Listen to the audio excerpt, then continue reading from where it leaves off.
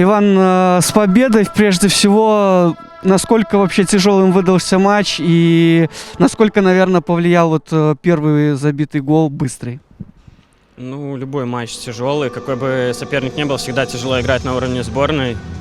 Ну, рады, что забили в самом начале, стало полегче играть, потому что отмечали все журналисты, тренерский штаб, что первый тайм нам не удается. Ну, сегодня мы это исправили, поэтому все рады победе. То есть такова была и установка Михаила Мархеля на то, чтобы провести именно первые 45 минут не так, как, например, вот с Румынией вышло, да?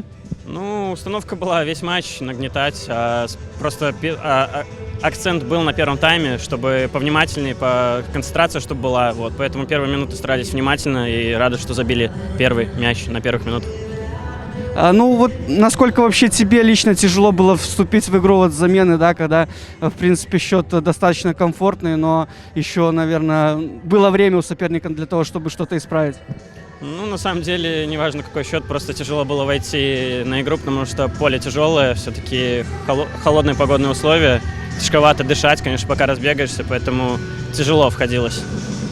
Ну, остался последний матч, да, провести, отправляетесь скоро в Албанию в ранге лидера группы, наверное, это дополнительно подстегивает, и у сборной Беларуси все в ее руках, правильно?